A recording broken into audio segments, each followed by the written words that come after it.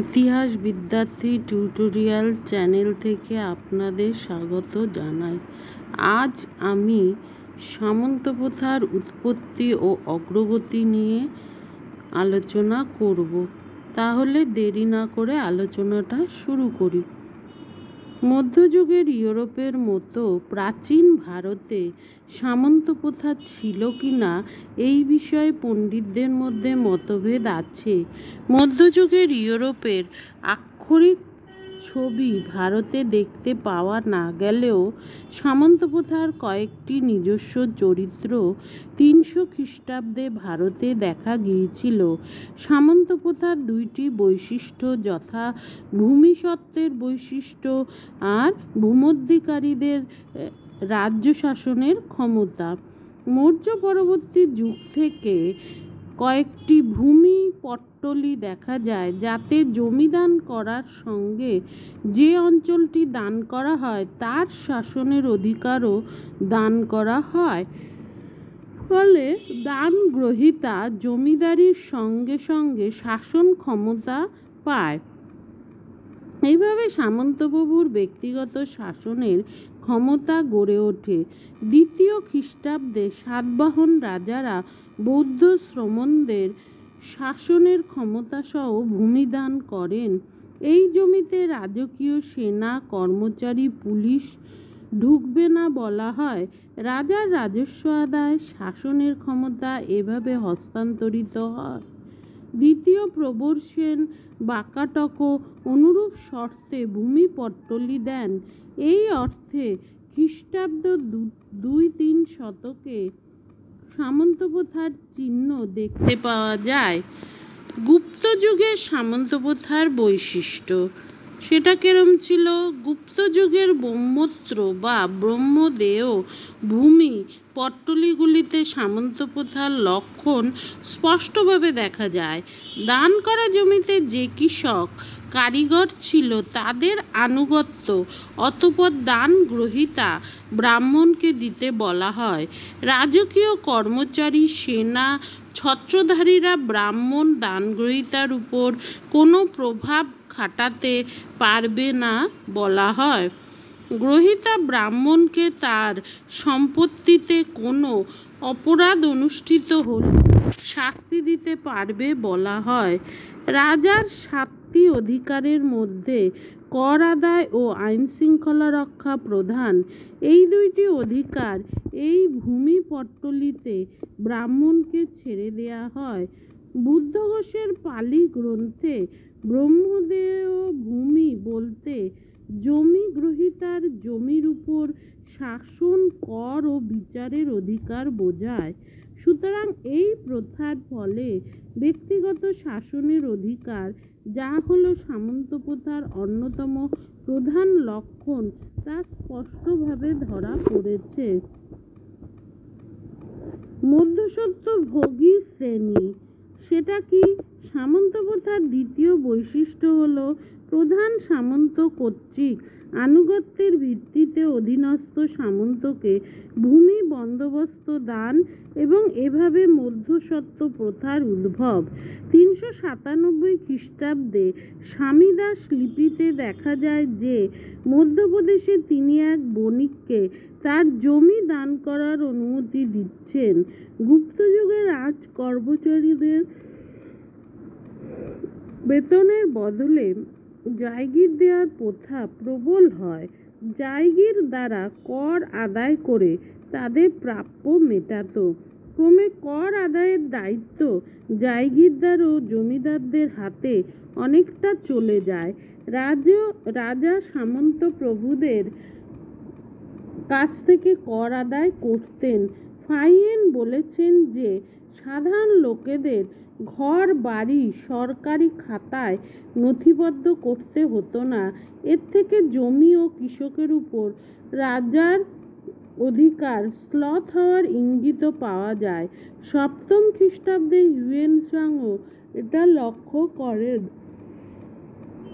গুপ্ত যুগের পর বেতনের পরিবর্তে জায়গির দানের প্রথা খুব বেড়ে যায়। 8ম খ্রিস্টাব্দে আশরাফপুর ফলক থেকে এটা জানা যায়। মুদ্রার পরিমাণ যতই কমতে থাকে ততই জমি বেতনের পরিবর্তে দেয়ার প্রথা বাড়ে। এই সকল জমি গ্রহীতার নাম ছিল ভোগ পটিকা বা ভোগিকা। এর অর্থ হলো এরা জমি ভোগ করত। ডক্টর আর.এস. শর্মা বলেছেন যে কখনো কখনো একাদিক্রমে 3 পুরুষ ধরে জমি ভোগ করার দৃষ্টান্ত দেখা যায়। কোনো কোনো ভোগ পটিকা গ্রামীণ কৃষকদের উপর অত্যাচার করত। বাণভট্টের রচনায় একথা জানা যায়। 7ম খ্রিস্টাব্দে মহাভোগী নামে এক শ্রেণীর উদ্ভব হয়। এরা ছিল বড় সামন্ত। ক্রমে জমি বংশানুক্রমিকভাবে বন্দোবস্তের অধীনে চলে যায়। এই সঙ্গে শাসন ও বিচারের ক্ষমতাও বংশানুক্রমিকভাবে চলে যায়। এইভাবে সামন্ত প্রথার উদ্ভব হয়। 2 সামন্ত প্রথার অন্য লক্ষণও ক্রমে দেখা যায়, যথা আনুগত্য প্রথা। ক্ষুদ্র সামন্ত তার ঊর্ধ্বতন সামন্তকে আনুগত্য কর ও সামরিক সাহায্য দিত।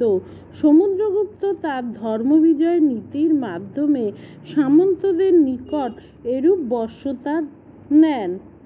3 ষষ্ঠ শতকে সামন্ত শব্দটি ব্যবহৃত হয়।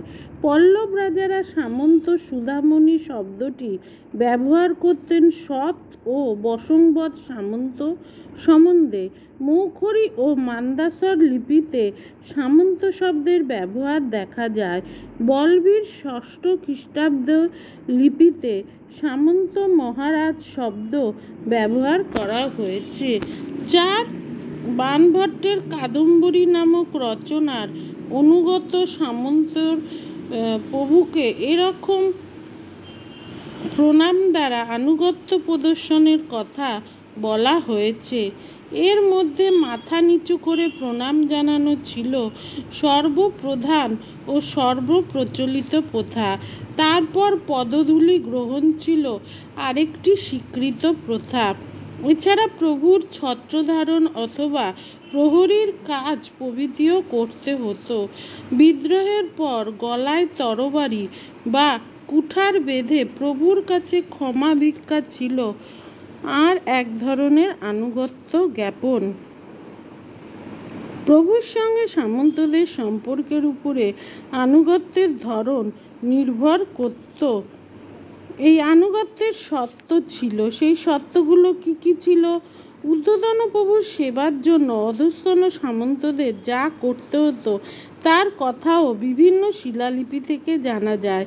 পরাজিত রাজারা সাধারণত রাজ্য ফিরে পাওয়ার জন্য এই সকল সেবার শর্ত পালনে অঙ্গীকার করতেন। সেগুলি হলো যথা: 1 প্রভুর মাথায় ছাতা ধরা, 2 হাতে লাঠি নিয়ে প্রভুর দরজায় প্রহরীর কাজ করা, 3 প্রভুর সম্মুখে মন্ত্র উচ্চারণ করে তার শুভ কামনা করা, 4 নিজ কন্যা বা ভগ্নী প্রভুর সঙ্গে বিবাহদান, 5 নিজ শিশুপুত্রকে প্রভুর কাছে জামিন রাখা, 6 বাণভট্টের মতে পরাজিত শত্রু মহাসামন্তকে আরও নানা প্রকার নিগ্রহমূলক সেবা করতে হতো, 7 দরবারে যে সকল সামন্ত থাকত তাদের প্রভু ছবি আঁকা, পাশা খেলা, বাঁশি বাজানো প্রভৃতি কাজ করতে হতো। সামন্ত কর কি ছিল? সামন্ত প্রভু ঊর্ধ্বতম প্রভুকে কর ও রাজস্ব দিতে বাধ্য ছিল। তারা কি করত? 1 নিয়মিত ভূমিকর দিত, 2 যুদ্ধের সময় সেনা সাহায্য করত, 3 অন্যান্য সেবা করত। রমিলা থাপার বলেছেন যে সামন্তরা রাজাকে কর পাঠিয়ে বাকি অর্থে সেনা পুষত এবং রাজার প্রয়োজন হলে সেই সেনা পাঠাতো। কিন্তু এই মন্তব্য সাধারণীকরণ দোষে দুষ্ট। 7ম খ্রিস্টাব্দের আগে সামরিক সেবার প্রথা ছিল না। 7ম খ্রিস্টাব্দ থেকে সামন্ত প্রভুকে তার পদমর্যাদা অনুযায়ী হাতি ও ঘোড়া রাখতে দেয়া হতো।